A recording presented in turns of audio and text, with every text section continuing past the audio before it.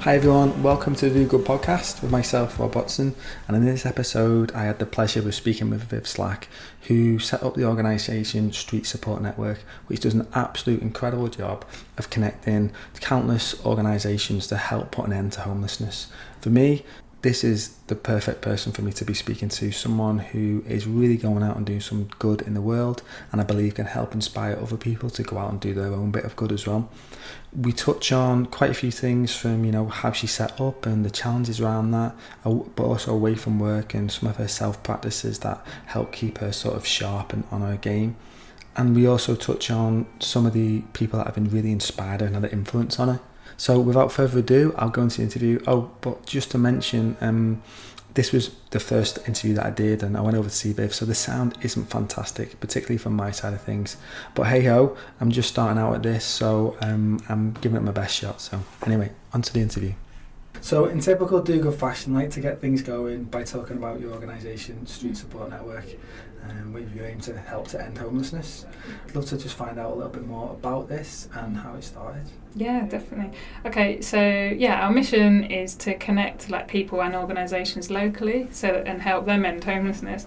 So I think traditionally there's some amazing organisations, and there's lots of willing people and businesses, but people don't always know what to do to help with homelessness. And I think a lot of people imagine maybe if I was homeless I'd want food, for example, or so they might go and give out food, or people might think what they need is a home, but I can't do anything about that, and so not act. So what we're trying to go is actually there's a lot that as a whole city, if we connect all that up and really made the most of all our resources, there's a lot we can do. So we're trying to make it simpler for people who need support to know exactly where to get it from. People that want to do something to help know exactly what it is they can do, and just help that all link up, which kind of means that you end up with more resources in the organisations, which means more support is available. You end up with people that say have got buildings or skills, it's getting used for something, and it's been designed with organisations and with people that are homeless themselves. So people with the resources and the people that know the problem well enough, creating it together. So that's some of what we do. And actually where it started, I was trying to help a guy who was rough sleeping near me in Prestwich, and I kind of eventually plucked up the courage to ask him a bit more about his situation. And it turned out that he was he'd moved out of his house because the relationship had broken down and he felt it was really badly affecting his children. So he decided it was better to move out, which means that he can't get any help, because that means he intentionally made himself homeless.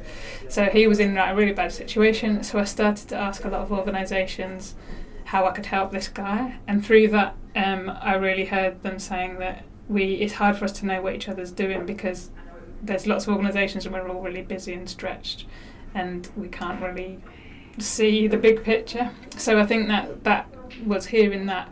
I actually had quite a different idea, which I've seen crop up a few times since, which is around funding beds for people. But I think what I'm grateful for was that people told me how it really was, and I listened and adapted. So the idea really adapted to what people said they needed. And sometimes what seems a really smart tech idea isn't going to work for some other reasons. The tech bit can be the easy bit. So in this case, there's not enough accommodation. So no matter how amazing website you build or how much money you raise, there isn't enough accommodation. So it was I suppose it's really, really connecting with people that are doing this every day and realising you might add some creativity or innovation, but listening, I suppose. And so where it came from was it evolved by people telling us what was needed. And I think once we'd started and we'd done that sort of find help bit, which is very much I need a dentist, right, go here on a Tuesday. I need some advice on my benefits, right, you've got these 3 options. So it's very much about that need and mapping what's in the whole region now, GM. But then we really heard people saying, I don't know how to help, can you guide me how to help? So that's where Give Help came from. And things keep evolving, really. Amazing. Absolutely incredible. So you said it was triggered by your seeing a homeless man in Prestwich, and that was the thing that sparked it off for you. And so did you just suddenly kind of like start to engage with him and start talking with him? Yeah, I mean, honestly, I'd seen him loads of times, and I'd gone, do you want a cuppa? Like, do you want a brew or something? And I suppose in the end I was just like, I really want to talk to him and I really want to understand more, but I'm like embarrassed, or I don't know how to start the conversation or something, and I just kind of in the end was like, oh, come on, just ask, you know. And I suppose over a couple of conversations I got to know more, and I think that was the realisation that I've got loads of resources, I've got loads of friends, I know loads of people, I've got, you know, and I still couldn't think of anything to do to help him, you know, because he needed a house and I can't get him a house, do you know? Yeah. So I think that was it, was like humble enough to know I can't solve this guy's problem, but that if we can change the system and better resource organisations, they might be able to. And I think it's very much the same with street support. We can't end homelessness, but we can make the system work better and the people with resources get involved and do what people say they need. So it's sort of like facilitating or coordinating that could make a difference. That it's not like solving it with tech or something. You know?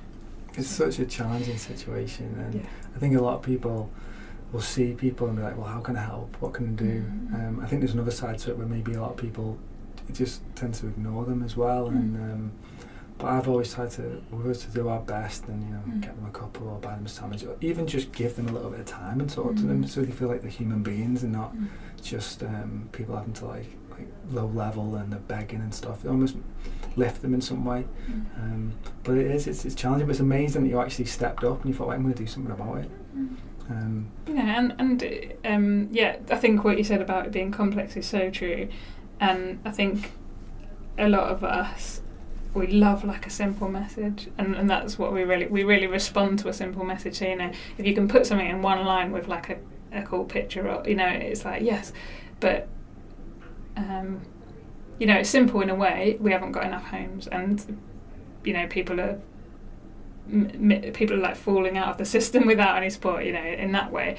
But in terms of like why, there's like as many different reasons as there are people, and you know, it's hard. And I think we've found, like, you know, it's like 3 years in and I'm still learning something every day and really absorbing in it. I think if you're just popping in to do something, you kind of almost have to say, what can I do, or something like that, because it is more complicated. And but what you said about talking to people, making them feel human. I was visiting a hostel recently, which is for young women, and there was someone there who'd had a like horrendous journey, really, like left care, and she'd been sleeping in tents, she'd been sofa surfing with different men until like hoping that they wouldn't demand sex, basically, and just awful. And she was saying she's now in a good place and like trying to get her life sorted out, but she was saying that what really helped was just a few people that would come out and actually ask her how she was and treat her like someone and not a problem. So I think it can have a really massive impact, that. Again, I think some people are just getting maybe a bit shocked by it all, because maybe even if you go up in, say, smaller towns, even in smaller towns now, you're starting to see a lot more homeless people, where maybe in the past it was tend to be the bigger cities. But now I think also when you see that you mentioned about women, I think maybe that's a bit of a changing point for people. I've generally over the years tends to be more men. Is it generally around 20 to 30-year-old men? Is that the core? A bit older than that, yeah. So I think it's really changing. I think there's more women, there's more young people, which you might not notice, because some of the young people I know who are homeless, you would think they're students. There's no, you can't tell, you know, and so often they'll maybe like bed down in the day and then at night they'll just be hanging out. So you wouldn't necessarily, I think there's a couple of reasons what we're seeing is actually the tip of the iceberg. One is which you don't always obviously know who's homeless, and the other thing is that like there's much more than street homelessness. So there's like, you know, something like 1,300 families or something in GM that are just in like temporary accommodation that haven't got anywhere permanent. And I know that doesn't sound, it's not as bad as rough sleeping, but it's like still, you don't have that life that we imagine our life, and you don't know where you're going to be living next week, and you don't, you know. And then there's people that are like in these dead end B&Bs, there's people squatting, there's people, you know, so actually it's big. And I think maybe why we're seeing more women now is that the austerity measures and the cuts in services, the first people you're going to see are the people that can kind of cope, in inverted commas, you know, so it's sort of like the people that aren't priority need. So I think first of all you'd see the single men sort of thing, and then as the system struggles, maybe women might have they might have had friends or people let them stay, or, you know, and then they're running out of options. I don't know, and I think a lot of us are trying to get more facts and data on that, but I think it's still at that phase of like what seems to be happening is this, because it sort of, it feel from the sense you get from everyone is like the effect of those cuts in services and the shelters closing and benefit system changing and various things. It takes a while for you to really see the knock-on effect. Yeah. And I suppose you must be able to see some quite inspiring stories as well, where people are getting themselves back on their feet, and coming back out and reintegrating themselves back into society. Yeah, all the time. I mean, like even in our team, so out of our team of 5, 2 of those people, like one was in the shelters about a year and a half ago, and he now is working for us and is like, you know, back to thinking like, where do I want this to go, and, you know, he's got, and what hobbies do I want to do, and, you know, like really getting back on with his life. And one of the other people on our team was sort of 4 years ago, like lots of other complex issues going on, and is now helping a lot of other people. But yeah, all the time, you know, both organisations and individuals helping people and people helping themselves. And, you know, a lot of organisations that we love, like for example On the Out, who work with people leaving prison and trying to you know, and facing homelessness and trying to like rebuild their lives with all those disadvantages. Most of their staff and volunteers are people that have been through that themselves, and I think they're just so knowledgeable and passionate and strong, and that sense of purpose and meaning that comes with then trying to support other people to move on.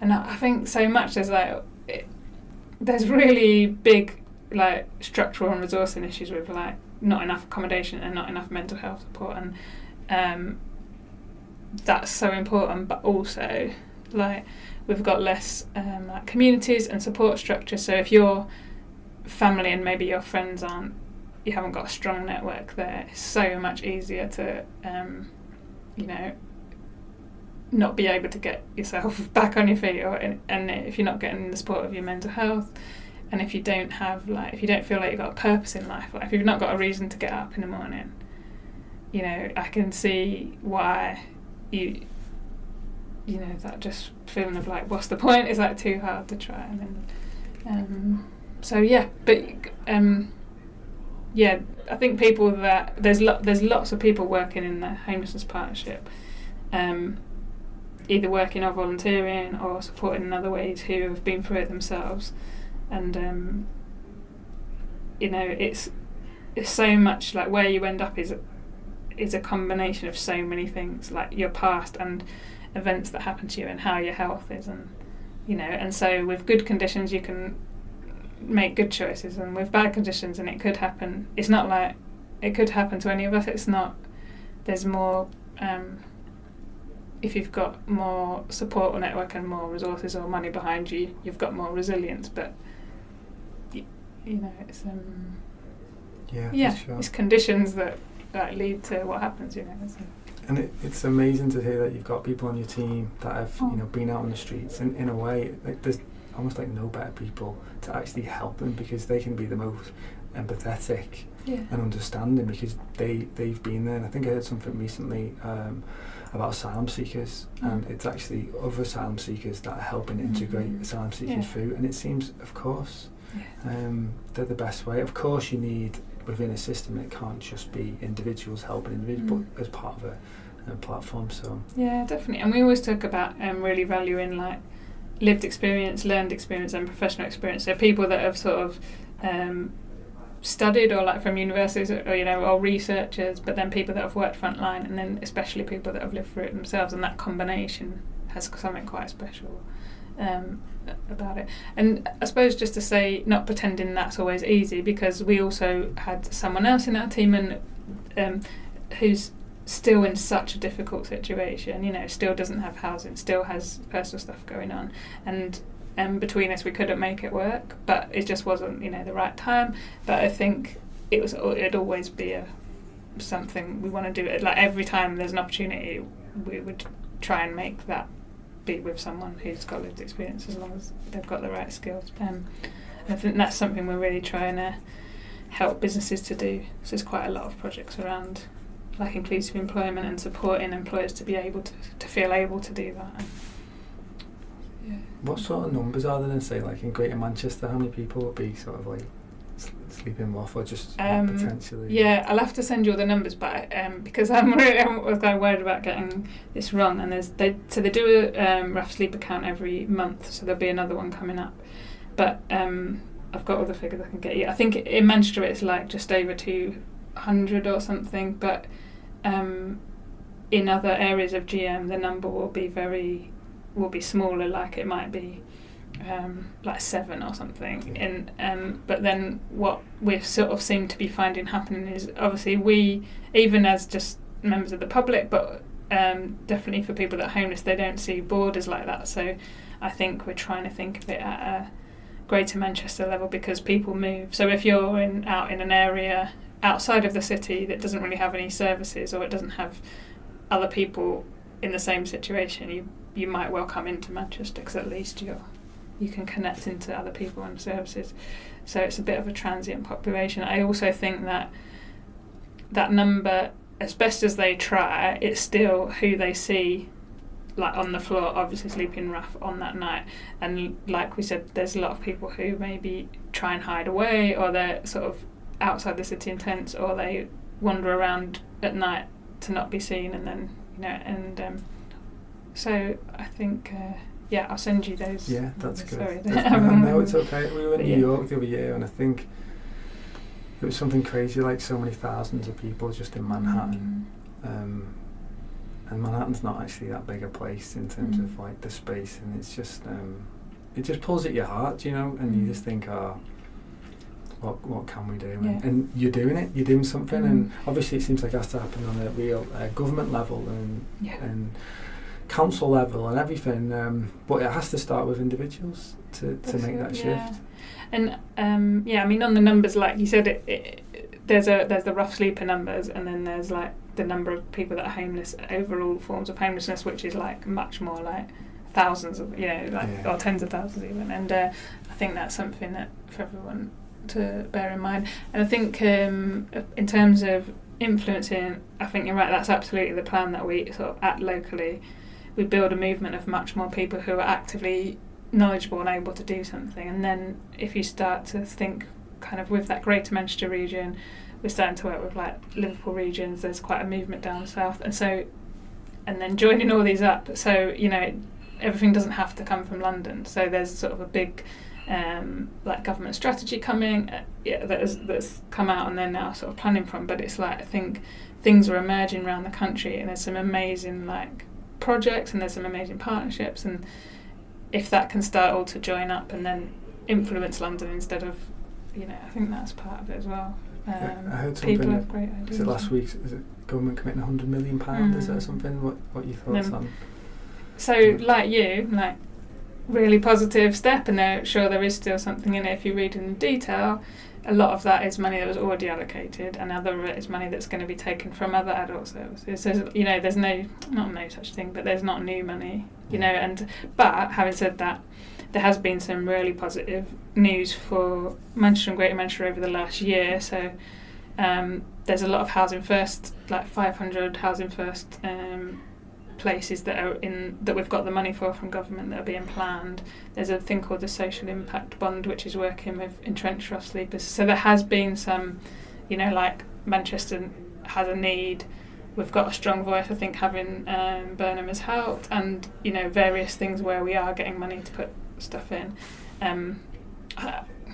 The frustrating thing from my point of view, a lot of point of view, is there's this amazing work happening to tackle the end problem, but the reasons for this are just ploughing ahead as ever before. So, we're not actually we've not, the government, there's not a big enough voice questioning the sort of logic of, pay less taxes, have less services, less going through government. And I'm all for like social enterprises and business responses and things like that, but there's also people aren't getting the support they need early, they're not getting the mental health support, they're not getting like the support when they leave care. And so the reasons for homelessness, it feels like not much is being done at that level, which is where I think governments could really help. And I think the other sort of part of it is, if you think of what's happening in Manchester or Greater Manchester, if you go and look at any plans, we're selling off massive chunks of the city are being sold off, which is fine. But if that's to build luxury apartments and restaurants, which it is, because the market forces don't solve everything, and they don't think, what do all of our citizens need or want? They go like, how, what can we sell? Who's going to buy it? And the people that are buying it are the people that have money. So, if we're going to sell off the bits of the city, and that means that we're going to end up with lots of luxury apartments and resources like restaurants that only some people can use, what happens to the people that can't afford that? And that's currently Manchester City, but if you look at any plans, it's kind of spreading out to more and more areas. So where are people meant to go that can't afford it? I think even things like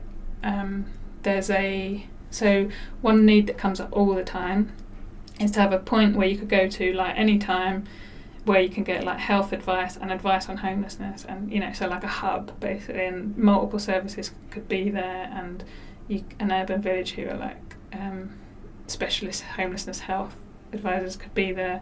So everything's in place. They've got even the money to pay for the rent, but they can't find a property, and even to rent, not even for free, because everywhere's earmarked for luxury apartment. So it's crazy. Some of this really big stuff, like I think some absolutely amazing stuff going on with individuals and centres, and I think actually the council homelessness team are doing an amazing job on what they've got on this tiny team and like reduced budgets. But some of those big choices that are made don't feel in citizens' hands, and I don't think most people realise like the effects of. I think what we're seeing is what we've seen for a while. It's like profit is put before everything and anything, and it's like, we're just gonna basically, if we keep going the way we are, we're not just gonna have more people homeless. We're just destroying the entire planet, and we're stripping it clean of everything it's got to make more money. Absolutely agree. And like there's not, again, like we said with complexity, there's not simple answers. So I'm not going socialism solves it or anything particularly, but we've got to have, I just feel like we've got to have a stronger look at like all those choices that we're making. And I think it's so complicated that sometimes people just go, I'm just going to look after myself or my family because it's too hard to look at all that stuff, which I understand. But then we get here because if we don't collectively try and care for our city, like who's going to? Because I think at the moment it's the free market means that we'll get the best result, but it's like look around, like where's the community, where's every time something pops up that it seems people love, like the Wonder Room for example, it's like it can make more money by being a bar, so it has gone, and so I just feel like the city's not being designed for people's well-being and for what people want. It's sort of the market, the magic of the markets is just going to solve it, and look around, it's not. It's one thing, like I've not been in Manchester that much the past few years, but was here for like 12-13 years in total, and just seen it change in just all these, basically like a concrete jungle. There's very little green space. I was in London last week, and one great thing that London's got, there's so many parks and green space everywhere. I think something like 49% of London is green space.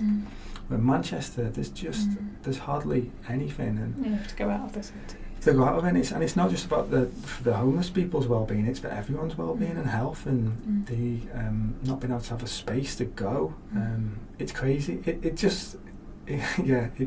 I can't quite wrap my head around it sometimes. No, likewise. And I think that's the one sometimes when things get bad, you never would wish that, and you definitely would never wish that people were suffering like they are. And it's like, can this be the thing that wakes us up and goes, well, what, if I'd love to get a load of people together, and I'm sure this happens, but it's like, if we could design our city, what do we want this to be? Because if you've got like a vision that you're going towards, it seems like you have more chance of getting there, and it feels like that vision is set by a few people at the top that are leading the council. And like, where do citizens come in to say, well, there is a really big thing called Our Manchester, which is meant to be citizens' engagement in the decisions, but I don't know. It just feels like it's not just, like you said, homelessness is the visible result and the end of all these other failures, like where people haven't got support and haven't got community and haven't got purpose. And that feels like that's for all of us to kind of think about. I really like that thing about, we have to get people involved in the process. I think like Old Age Children's Hospital in Liverpool was redesigned and rebuilt, and as it was getting right at the beginning stages, they got the kids in the hospital to design and imagine what's their dream hospital, and the architects took them ideas into consideration and really transformed it. That's a space for the kids, and the kids are now able to put, they're in an environment which I believe your environment shapes how you think and what you do, and it's going to shape your health. So if them kids are in there feeling better from it, it has to be the same for cities. And I think maybe, as you're saying, more homeless people, it's just going to, at some point, has to come a real crunch time and a real wake up call. I think it's completely agree. So I think a word that gets used in this kind of sector quite a lot, and it can become a buzzword, but it has a real important thing, is around co-production. And it's like, we've got to make these decisions collectively for the people that it's going to affect. It's like, I don't see how you can design something expecting to have everyone's views without talking to them. So I think that's like essential for the stuff we're doing. And it's interesting you mentioned Liverpool. There's a great organisation called Architecture Unknown, who are like some people that were some architects that had like done their training and started off on the normal route, and they were like, we've got to co-design with people. And so they're really, everything they're doing is whatever the residents are likely to be, they're kind of creating the spaces with them. And I think that's one example, but almost everything like that, like when we decide whether to sell off this chunk of the city and what we should do with it, how can a range of people think like, well, what's the impact? Like I said, if we lose a green space and we build a building, like, how do we balance all the needs of different people? And it's I guess it feels like we went down a big experiment for like 20 or 40 years, or I don't know how long, of like, if we just look after ourselves, does it all magically work somehow? And it's like, yes and no, I suppose. Some things are better, and we've lost some of the things that we realise I think we're realising we value now. I think so. I think people even now just, when in my own life, we're just realising that, money can only buy you so much, and it does not bring you happiness. It does not bring you contentment. It doesn't make you healthy. It might give you more options for stuff, but this drive for more, it doesn't. I think it was Henry Ford. He was like one of the first billionaires, and someone interviewed him, said, well, are you done now, or what next, or what are you aiming for? His response was just more. It's like it's just built in, like whether it's like this over masculine dominant quality that's just coming through, and it's. I also think that there is something really human about, like, the reason we survived is we were always like, what's next, what's over the hill, and like, so I think there's something where, unless you do quite a lot of work on that, you're never satisfied, or a lot of us are never satisfied. But it's like questioning what gives you that satisfaction. So there is a feeling of like, I want more, but if you've known that the last 5 phones you got didn't make you any happier, why would the 6th one be? And it's like, exactly. Well, what does, when I mean, like, being with people you like, or contributing something, or having a purpose, or like even play, or or nature, or it's like, I suppose there's like a whole range of things that could try and meet that thing that's going, I want something else. That's so, and I love that you touched on about play. I think play is such a key thing that we've lost growing up. Either just gets conditioned out as us, or as we grow up, we think that's not what grown-ups do, and it's just what kids do. But I think it's almost adopt that more childlike nature. And you look at a kid and wonder and awe. I love those two words. You see a child, 4, 5, 6, 7, whatever that may be. You see them playing. They're totally in the moment. They're not thinking like they need to get some new piece of clothing or wherever or be anywhere. They've got something that they can make and create. So maybe we need to introduce more of that into our day and then things cost nothing. If you want to draw or write or whatever it is, or just sing to your heart's content. That's really interesting, because it relating to this, because we've had some really big conversations in our team, and there's been like controversy at points on social media and that, where people do something with like the arts or with music or around poverty and homelessness, and I get there's like one strong voice which is like, people need homes, what are you messing around with this for? And that's true as well. And you also talk to people who is like, that is what changed for them. So I was speaking to someone who wasn't from Manchester, actually, from another part of the country, who it didn't quite end up rough sleeping, but it was very close. So he'd sort of mental health problems. He had periods of weeks where he just literally would sit on his floor and he couldn't move. So like he lost his job. It didn't quite get to that because he had family and stuff.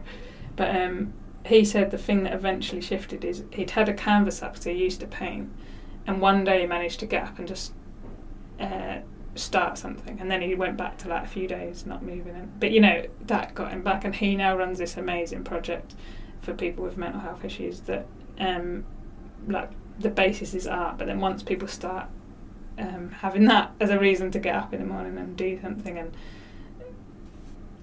let their emotions on to come out in some way, then they start to work them on all the practical stuff. And so I think there's different ways, and the men's room here have got that approach as well. They start with something around creativity, and then they help them work out all the practical stuff. So I just think like you need all of it, and we all need and I'm really glad it's gone. The conversation's ended up there, because I just think there is almost like that people that are suffering more than us, and then we've got resources or maybe spare time or capacity, but not seeing ourselves as like us and them. And you can have loads of compassion as well, but also there's a lot in common. People, like, everyone wants a reason to get up in the morning, everyone wants a friend, everyone. And the thing is, look, the way we're going in society, it seems like the things that cause, like you talk about friendship, like you live in a community, you feel like you're part of something, feel like you say you've got a reason to get up in the morning. I think I saw a statistic yesterday, so like 70% of people don't like the jobs, where 30% absolutely despise the jobs. And I think most people will go through right the way till their 60s feeling like that, and you think it's such a shame. It is such a shame. So even if you're on paper like a winner at life and thing, you can be this unhappy in that. I can see, like, even in some small ways, if you start to be like, I want to get involved with this and I want to contribute, and there's something you feel you can do, it gives you like it's recognising it's a kind thing to do, and it helps you in your life, like, figure out what's really important and grow as a person and all those other things. So it's like, how can we have more people feel like they want to be an active citizen or part of the community instead of just a consumer? And that was like, there was a talk by John Alexander a few years ago that like properly just changed, like, some of those big shifts that change your life. I'm just like, yes, like we have to, like, you have to have more people that are actively going, I'd like the world to go in this direction or something, or I want to do something, like, otherwise it's just like watching a horror show kind of thing. It's actually true, like, hearing that people, because they paint a different picture, and then people can imagine that brighter future rather than say listen to the news and all doom and gloom. In a way, they're painting the doom and gloom future that we can potentially end up going down. But if we see different possibilities, I think it was it Ken Robinson who gave a talk on education on a TED talk, and just phenomenal, talking about creativity and kids and stuff like that. And it's like, like you said there, like an aha moment where you wake up and you think, we need to change this, and we can change it. That's great. That's great. I look forward to listening to the rest of these, because I think that is really like a lot of people I kind of like follow and listen to who are like really involved in like maybe peacemaking or like linking people across differences in like Israel and Palestine or any of these things. They're like, the thing I have to do is like take in the bad news and the difficult stuff and not cut myself off from it, but I have to keep being inspired and seeing the beauty in the world and positive thing, like, so I think there is a danger you just go, I can't deal with all the horrible stuff, so I'm just not going to look. And I get what some people just need to do that, but I think if you can manage to do that but get enough balance to see there is also like amazing people and there's so much like in this project we just see so much care and compassion and people like wanting to help, and they don't always know what to do, or sometimes they'll do something that ends up maybe making something worse, but it's like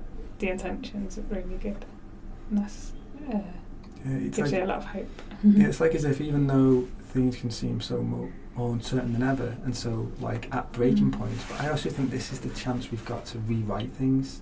And I believe in some ways this is the most exciting time to be alive, because there's so much potential and human potential.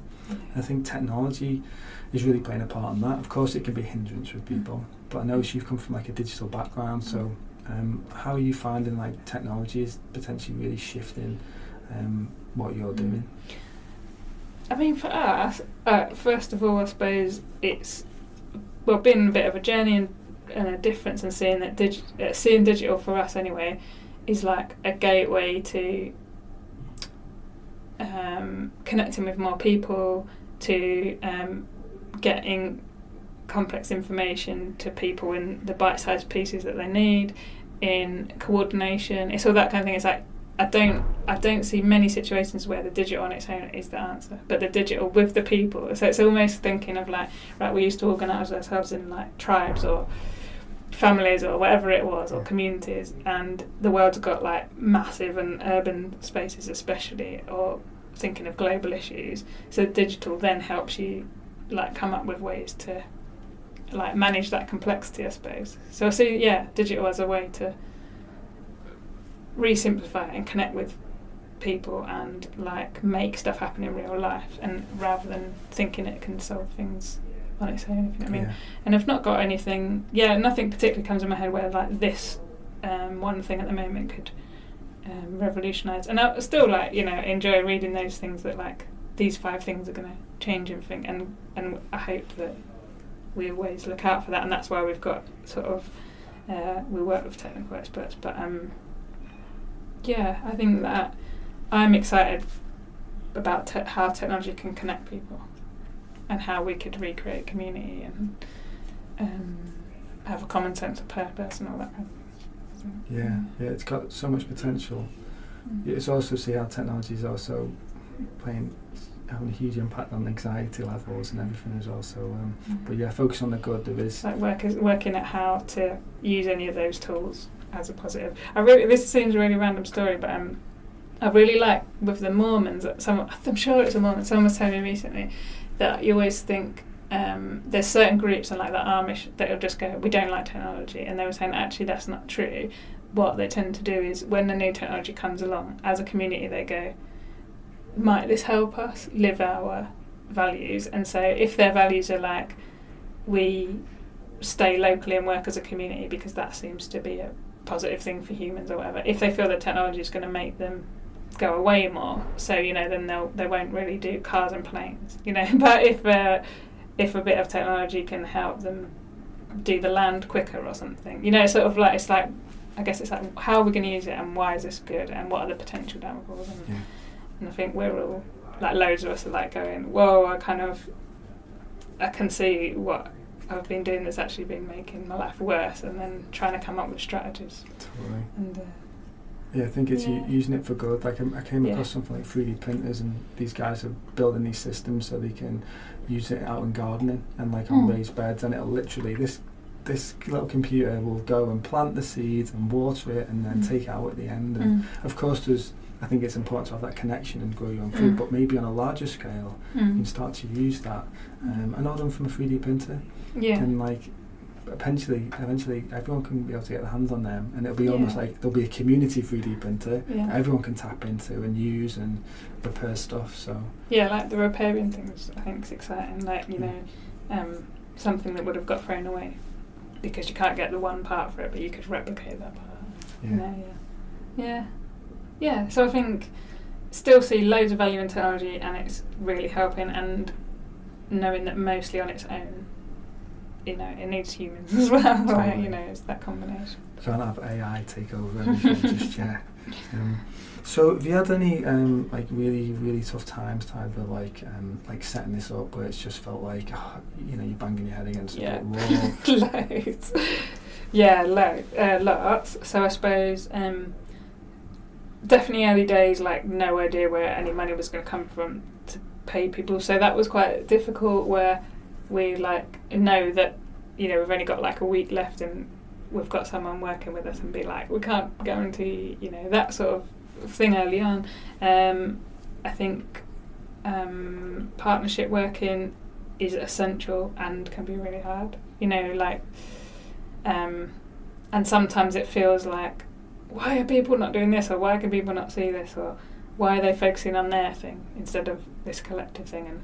And that can be hard. I think I'm really involved in non-violent communication, and I think that without that I might have actually gone insane, because it's just normally someone's behaving in a way because they're trying to meet their needs in the best way they know, and it's people are coming from different perspectives, but trying to do partnership in a complex system where actually there's no massive structure.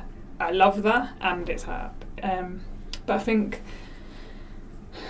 the one thing that probably loads of sleepless nights and got really stressed was is just that wanting to really give someone an opportunity, and maybe in your heart of hearts you want this amazing success story that comes out the end where they're suddenly happy and they're in a home and they've got this job and everything, that's how you set off, and it didn't work out like that. And I think it's just really hard to take sometimes that you can't fix stuff, and some things are out of your control, and I suppose there's just a lot of could I have done anything differently, could we do anything differently, what could I have said, and I think that's hard. I found that hard to switch off, I suppose. And then with acceptance that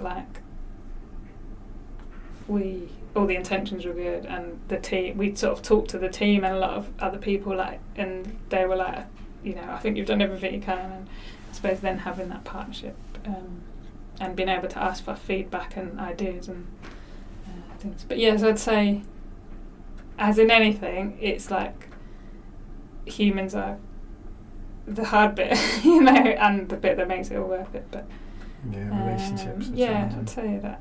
And there is sometimes, I suppose the systemic issues we mentioned, and the fact that a lot of decisions get made by a few people in London and in the government, and it just feels out of reach. But absolutely no regrets. I didn't leave work to do this, but I left work to work with local organisations with technology and for social good sort of thing. And even though I used to like my job, I was never look back.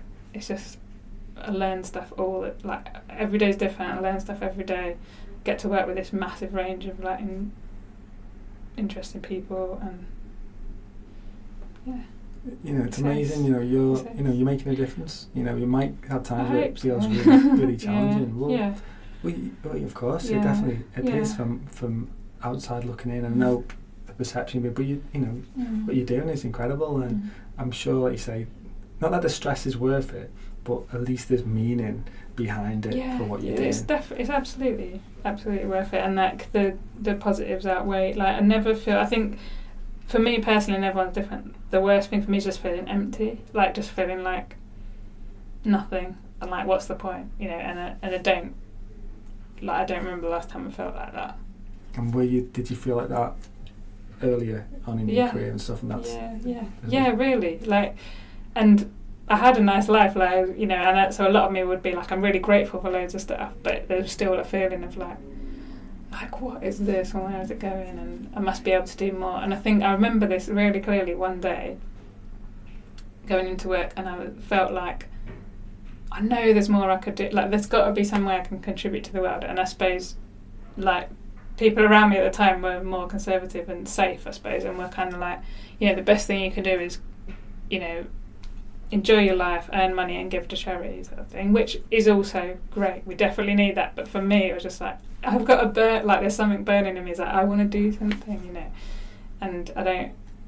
Yeah, I'd rather try something and contribute and learn something and do something else, or I think what's amazing is you said you met a homeless man and you started like chatting with him, and how that's just that potentially one conversation has grown into this where you didn't have it, wouldn't have had. I think that's the thing most people think. Maybe they think they want to create something or do something and they see the big picture, when actually often I think thinking too big a picture stop you from even starting from something. Yeah, and definitely. You just having a conversation sparked an idea, and then you can't. I think like most things, we tend to just make them up as we go along. It literally has emerged. We say all the time, if we tried to make, we didn't really have like a vision and strategy thing. It was like we had in mind this guy. We're like, what could, how somehow could his situation be better if we met him in a year's time or something like that, which was like, let's make sure at least we know what all the services are and what he can get and what's missing, and we'll try and get something to meet the gap that's missing, like that. But the whole thing has just emerged, so people have just like, and I'm not talking in some magic way, but like once you set off on something, you just like attract people. So people started hearing about us and they'd go, oh, well, I know some so-and-so, shall I introduce you to them? Or like, oh, I'm a philanthropist, I've heard what you're doing, can we give you some, I'd like to give you some money, or we've got a building, or I don't know, it just like you set off on something and it goes. And in the same way, as we worked more with organisations, someone would go, oh, it'd be really useful if like, we could leave feedback on the accommodation so that we don't send people to somewhere that everyone hates, or whatever it is. It's mostly just, there was no massive plan. It's like, and even the last week, kind of our long-term vision has changed a bit because of some conversations we had. So it's finding something. And the other thing I'd say is like just connecting with people, because I think there is a real buzz about creating something new, and that's great, and some people are like, that's really important, but there's also loads of really amazing stuff that's happening that you could like support, and then that might be a springboard for something new, like join a community or a meetup or volunteer somewhere, and that conversation you might have while you're volunteering might give you the idea of what to do. I just think it's quite hard to like come into completely from the outside with an idea, and we do get that a lot, which comes from a really good place. Like, I've got this idea for like solving homelessness, and from a tech point of view, and it could, maybe someone will come up with that, but it feels like it will be hard to do that if you're not already involved. Yeah, totally. And I think if you can totally relate to that, and feel like if you can just go and volunteer your time for a bit instead, you don't have to feel like all the management side of things and how you're going to get something off the ground and all that stuff. You can just go in and learn and just be a part and just see what give your time emerges, who you meet, what ideas come up. Yeah, amazing. So in terms of you talk about some like the challenging times and generally the stress in lives, do you have any sort of like things like techniques or tools that you'll tend to do that'll help you either switch off or to keep you in a calm space? Massively. Like there's a few things that I'm just like, I don't know if I could have done this otherwise, and definitely like having support with friends or family or whatever is a big part of it. So I've always known like if it really goes wrong, someone will believe in me, or someone, like someone will still like me and make me a cup of tea, or that kind of thing. So having that support. But for me, it's like being outdoors, and it was really like I did loads of like running and trail running and like mountain biking and stuff like that, and I still do that, but now more also like yoga. But I think the key two things for me is like meditation and like non-violent communication. So I think the ability to like stop, but also to be kind to myself, and then to like have some understanding of what's going on in a conflict or a difficult situation, and realising that everyone's trying their best, and they're coming at what the words they're saying might not be the real thing. So you might hear blame, but actually what they're going is like, like I want someone to understand me, or you know, and but yeah, meditation feels really key, and I think whatever your version is of that. So like I know some people that, you know, when they're running or walking, they're in that kind of state, and if you can get to like be present and feel peaceful, but also kindness to yourself, and that's what, yeah, and is it that, I think I would go mental. Yeah. Is it a daily thing? Yeah, I mean for me it's become more and more. So it's like I've been meditating for a few years, but now I kind of have in the morning, like my yoga and meditation is this like chunk where, like, you know, sort of this hour and a half, 2 hours where literally in the morning I'm like, I don't try not to arrange meetings too early and stuff like that, and it's just like, yeah, there's just certain things I do which then enable me to be like on it and connected and deal with conflict, and so I guess everyone has a different versions, and you know, people might have like kids and other responsibilities and stuff, but I just think for me that's been just like transformed loads of stuff, and I think with MVC especially together. Yeah. I think I can totally relate to that in terms of I think it's so important that we give ourselves some space and look after ourselves, because if we don't actually look after ourselves, we're not in a good enough position to help anyone else. Just can't. It's totally where it comes from as well, because even if you are like, I'm going to help, I'm going to be really generous, it's like if you're like tired or whatever it is state you're in, it comes from like a bit of like a have to, like, you know, it's like whatever that is. I know for some people that's like art or music or like anything that's just helps you like reconnect. And in terms of so do them things keep you inspired, or do you have other things that sort of, or people that are mentors or followers that you sort of check in with, and they're either not further ahead than you, but kind of like, you know, pulling you along in some ways? That's a good question. Yeah, and it's something I've thought of a bit. So I think I have some coaching sometimes, which is more like, I'm struggling with this, can you help me? Like, ask me some questions on how we think. There's also a couple, like actually our trustees are amazing. So 2 of our trustees especially are kind of using that more advice or mentoring sort of role around this specifically. But I think generally, again, like the people who inspire, so my heroes are always like Martin Luther King and like Mandela and Gandhi, you know, it's always like the non-violent thing I've always been inspired by. And so there's quite a new movement of lots of people around, I don't know, you could call it non-violence or like conscious activism, or like how do you do social change coming from a different place that's not about hate and anger sort of thing.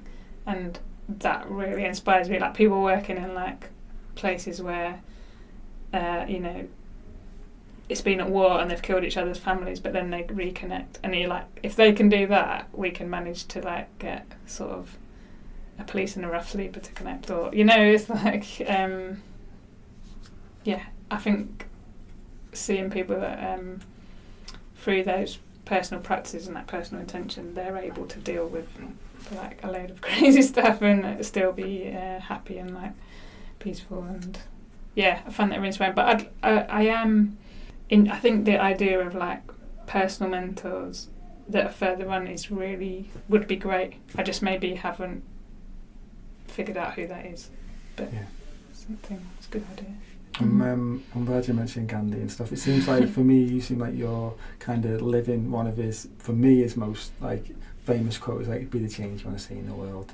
You know, you've sort of, you know, you've seen what appears to be the problem. It's like, okay, well, how can I be a part of the solution in some way? And rather than thinking I'm going to fix it all, because we can't, it's impossible. We can only do our best, but to where you are, you know, you're doing your bit of change. Thank you. That's amazing to hear. And I think it's like that. You can't ever, when you're in it, you can't really see it. I must admit, like even when I go away, I'm like reflux, but it's just what they're doing. But it keeps adapting, keep learning. And by the way, just to say, one thing I love about Gandhi is in the height of his, you know, when everything was going on, he was the figurehead of this movement. He didn't work Mondays because he meditated. So it's like, he's like, if I don't do this, I can't do any of the rest of it. So I always like that. It's like, if Gandhi can take, like, you know what I mean, a day a week off, then I can manage a bit in the morning. So. Oh, that's amazing. I like that. That is amazing. Yeah, totally. And I think we're having a bit of a change of mentality a bit at the moment. This idea of just working hard and driving ourselves into the bone, and as if it's like a badge of honour of just staying, pulling all, like the idea of pulling all night is like as if it's well done you. And actually no, you know, you're destroying your health. You may be doing all them hours, but you won't be producing anywhere near as what you could do if you were looking after yourself, and then just finding them times to actually then do what you need to do to look after yourself. And then when you do work, you're just in the flow more, and you can do, I find when I'm in that place that in 4 hours I could do what I could normally do in 12 hours because I've looked after myself in the other times. Yeah, definitely. And you just feel sad to be in that situation, you know, like it must be really hard, and it's like, where's the joy in it, and where are you going? And I just imagine that at some point later in your life you look back and was like, damn, like, where, you know, something you could, I don't know, I can't, maybe some people don't, but I can't imagine that. Like for instance, you got going on your beat. Elon Musk, who is, you know, phenomenal. The change he's creating, you know, with he's really changing the way industry is and stuff. But in terms of like, it was his 47th birthday recently, and he basically just worked straight 24 hours all night, and it's like he's got that mentality. And I think is it Adriana Huffington, who's part of the Huffington Post, has just written an open letter to him, basically saying you need to start looking after yourself. You're an amazing, incredible person, but it's actually an outdated belief that we have to just work relentlessly and put all them hours in. Idea of working smart and not hard, but who would I be to judge? Maybe you know, different things work for different people, but I definitely can be a drive of like, I've always, I don't know why, but I've always felt I'm not going to live very long or something, like I've not got much time, I've got to do as much as I can, and that can still come in, and I can see, but I think for me it needs to be balanced with also like some joy. And well, like you say, if you're giving yourself then that time in the morning, whether it's yoga, meditation or exercise, and also there's something I've been hearing and I can feel it in myself, is if you do something like that in the morning, when you get ready to start working, you're like, I'm feeling good.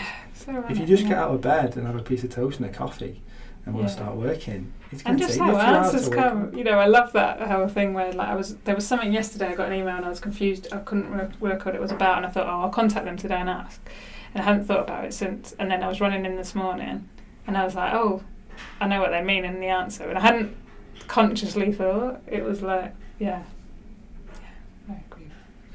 So in terms of like positive influences in your life, is there anything or anyone who's particularly had like a real impact on you, either growing up or in, you know, recent times? Wow.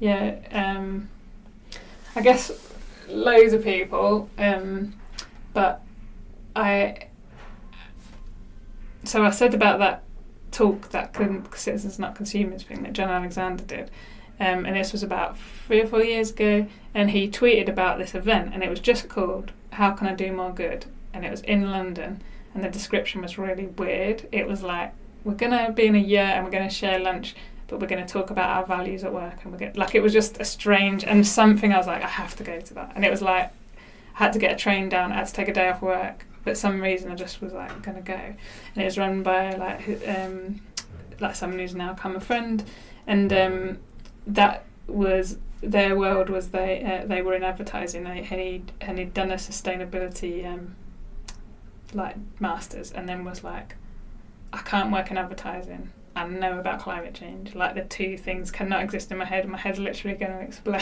sort of thing. So he was trying to get people in comms and creative industries thinking about their values and stuff, and it just like, I came home from that and then I resigned. It was like, you can't, I don't know, something in it was cool. So I suppose those people that have inspired me have mostly just really lived their values. It's like, I know what my values are, and I have to take, if something feels uncomfortable or not right, or I'm not living my values, I have to change, like I have to act on it, or at least I have to sit and think about it, you know, or reflect. So that's what comes to mind. But I think as well, like within non-violent communication, that there's lots of people I meet and who just got, like, they can be involved in really difficult things, but they've just got so much like I suppose compassion, but like warmth or whatever, you know, like presence or something like that. And I think just being around those people seems to, like, I want to be there. You feed off it, yeah, don't you? Yeah, that's it. And definitely people who, you know, I suppose traditionally in this position it's like people tend to be inspired by like entrepreneurs or people that start something, and that is there as well. But I think it doesn't have to be that. It can be someone who like is amazing looking after their neighbour, or just anything where it seems to really come from like values and just really caring and yeah. I think that's it. So it doesn't have to be something, this big grand idea of just doing some good. You touch on like someone who's just looking after the neighbour, or someone who you see might be walking the neighbour's dog because they can't go out. Just any kind of just little things that makes a difference. Yeah. And I think also with the last thing is just there's something particularly that inspires me is when people can see the good in like who we traditionally label the baddies. So it's sort of like it's almost easier to feel compassionate for someone who's homeless or someone in poverty, but it's quite hard to feel compassionate for like the police or a terrorist or so, you know. And some people seem to be able to do that, and I think I'm not always there, but I'm trying. But that is amazing, I think, because like if you can really go, I don't like your actions, but you're still a human and you're something in, see some potential in people. Because I think if we're going to change systems, you have to be able to like understand that system has to be able to understand itself, which means you have to connect. You can't like do it. I don't think you could do it through force. I think it's like you have to get people to understand each other's points of view, and then it naturally just changes. So there's a thing called Theory U, and there's a course called U Lab that Stanford run, and it's really, the tagline is like helping systems sense and see themselves, and it's like if you can create empathy between people you wouldn't normally, you come up with different solutions and it just changes, you know. So that if the police and people that are getting moved on could somehow see what each other's, you know, point of view is, or you know, you can replicate that all over the place, or property developers and people that can't find any housing, or you know, so especially inspired by people that can see like the humanity and the baddies. Yeah, that sounds great.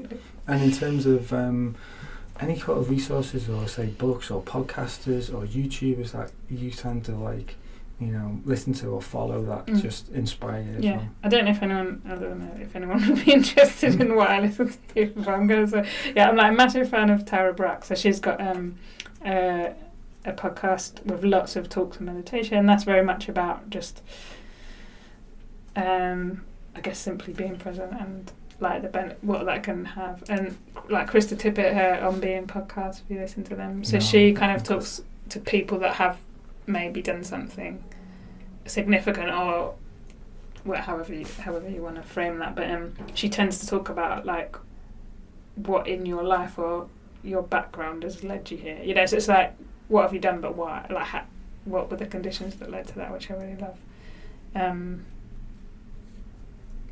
All sorts, and mostly stuff that my team shares with me or people here. But there's something about like the knowledge and like not being ignorant and really know what's going on, and trying to balance that with being inspired and seeing hope and seeing beauty and stuff. Yeah, that sounds amazing. A lot of books. You got any? If you had to, you know, what one book or a few books that have like, you know, had a shift? Oh wow! Right, there's so many. Definitely Brené Brown. Like, it's a bit of a cliche, I suppose, but I think all of her books have like had just reminded me, you know, especially like I think about being vulnerable. But all of them, they've always really inspired me. There was one which was actually not really well written, but it just kind of was what you talked about, that was just called Enough, and it was just really around that sort of constant drive for more, and how it was almost the theme of it inspired me rather than, but I suppose like Naomi Klein's is another person that I can't believe it's gone out of my head. The main one she did a couple of years ago on climate change. Oh. So like, no, I know which one you're talking about. I can't think of it. Sorry, yeah. So I think she's another one, but she's doing some good. She is really leading the charge, isn't she? And I think she's just shining a light on some of the things that need to be brought up that basically tend to like ignored. And she's got such a good profile now to the point where she can really have an influence. Yeah. It's funny that there's loads, and like always when you get asked that question, I can't quite think. No, they're good people. They are very good people, and there's some that I've not heard of as well, and particularly the podcasters and stuff. I'll have to check them out. So this podcast is all about sharing what good people are doing out there. So, what advice would you potentially give someone who is looking to go out there and do their own little bit of good? Wow. Struggle a bit with giving advice because I try not to, but I think the things that come to mind is like, I feel like having some kind of reflective practice, whatever that means to you, is like absolutely essential. Like, when do you just sit and go, actually, how am I? Is my life, matching my values? And if something says no, take time to go into it. That seems like something that throughout your life, like all the time. Otherwise, I don't see how you don't fall into like a blind alley that you just like wake up years later and think, what was I doing? I think some kind of reflection, and then I think going towards people that like really, try not to use too many hippie words, but like really nourish you or something, is like, who makes you feel like the best version of yourself, and spend time with them is like, that's massive. And for me, the other thing was just like, trust that I didn't have a plan, but it seems to be so far, if I do what feels right and seems needed, it kind of works out, and I have no idea. Like, for my dad, it was horrendous. He was like, you're leaving your job and you've got no plan, like, what are you thinking? He's like had the same job all through his life, and so not everyone can do that or feels able, but it could be that in small ways. It's like, if you do feel you can, like, take a chance, like, and that could be like going to an event where you think, I don't know anyone, or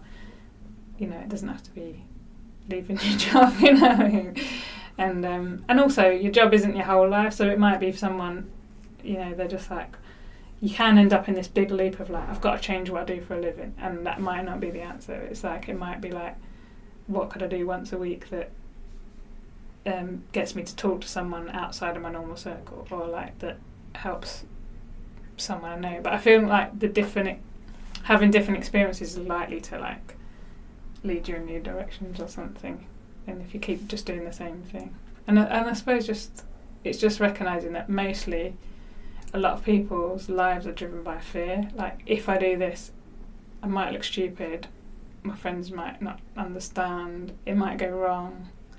So if you can like notice those fears, normally once you've gone, oh actually I'm scared of that, you don't feel scared or something. Just like realise what you're scared of, try and get some support, and then see if you can do it. That's very sound advice. I don't know. I don't know about advice, but for me that's okay. Well, I suppose. but Well, that's the thing. It's helped me. Yeah. I think that's all we can really do. Can't have something that's been resonated with me recently is I can't really tell anyone else what to do. It's like I can only share my experience. And if something that I've said, a little light bulb goes off on, or you might get inspired to think of your own thing to do.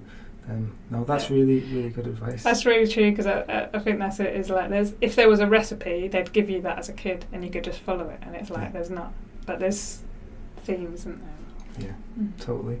So, how can people find out about you, or if they want to find out a little bit more about your organisation or you yourself, where can they go to find this out? So, I think to find out about Street Support itself, it's streetsupport.net. There is an app as well, but I think the website's better at the moment. That's where we are. And some different things. So there's some really clear things you can do. So if you or someone you know is experiencing homelessness, or if you get to know someone you're trying to help them, you can find out every single service so you can put in a postcode, you can say what you need, and you can find out who can help. So like there's that kind of way of someone needs help. if you want to give help, you can go to that section of the website and it'll show you all the things that are currently needed. So like near, again, put in your postcode and it'll be like, near you, this charity currently needs toiletries, these people currently need a volunteer on a Friday, these projects need money. So it's like, those kind of things. And if you feel more able to get involved in that, there's a couple of options. So there's a business group, like MHP business group that one of my team runs, in which if you or even just work for a business, you don't have to like own a business or something, but you can go and they're working on projects that businesses could deliver that respond to needs. We've also got a resourcing and comms group for the GM winter project, so that's like we're trying to say, could we, if we all pull together, have accommodation for the whole winter instead of when it's just sub-zero, but that's going to take like a lot of help, so there's a group for that as well. So all of that should be able to find through our website, and if there's anything not, you can email info@streetsupport.net and one of the team will get back. Yeah, so we'd love to have more people involved, and I think our big sort of realisation at the moment is we'd like the network. So at the moment I think the network is very much about the organisations feel part of the network, but I think most people would probably think of it as a website or a tool, and it's like the idea is that becomes really a network and you feel part of it and you can do something, so you're an active participant in that and there's things that you can do, sort of thing. So we'd love more people to get involved and bring their energy and ideas. And well, I would love if someone who's listening to this that will get connected with you guys and help out and do their own bit of good, then that would be amazing. Well, Viv, that's pretty much it. I really appreciate you taking the time out today. I know you've got a lot on with this, but I really appreciate what you're doing, and it's really inspiring. It's inspiring for me. It's been inspiring for other people that I've told that I'm coming to talk to you. So I really appreciate you taking the time today, and thanks a lot. Yeah, and likewise, just lovely to actually step back and talk about it on a human level as well as a project level, and I really enjoyed it. Thanks. Thank you so much. That's my interview with Viv Slack. I hope you guys enjoyed it and feel like you got a lot from it. I certainly did. I really enjoyed being over there and finding out more about her organisation and what she's doing to make a really big impact to end homelessness. And she's not going to do it on her own. That's why I've done this interview, to hopefully more people will hear about this and feel inspired to want to get involved. And if you want to follow or find out more, wherever you listen to this, there'll be show notes below which will have links to Street Support Network and also how you can help, and then also some of the links to some of the things we're talking about, from say Ken Robinson to Brené Brown and Naomi Klein. So see how you can get involved, and just maybe remember next time you come across a homeless person or whatever, just realise who knows what they've been going through and what big challenges that's faced to put them in that situation. And maybe all we need to do sometimes is just sort of acknowledge them and give them some time, and even if you can't afford to give them any money or whatever, then just to acknowledge them, and that can be enough just to make them feel like they're a human being. So I will leave it there for today, and until my next episode, have a good one.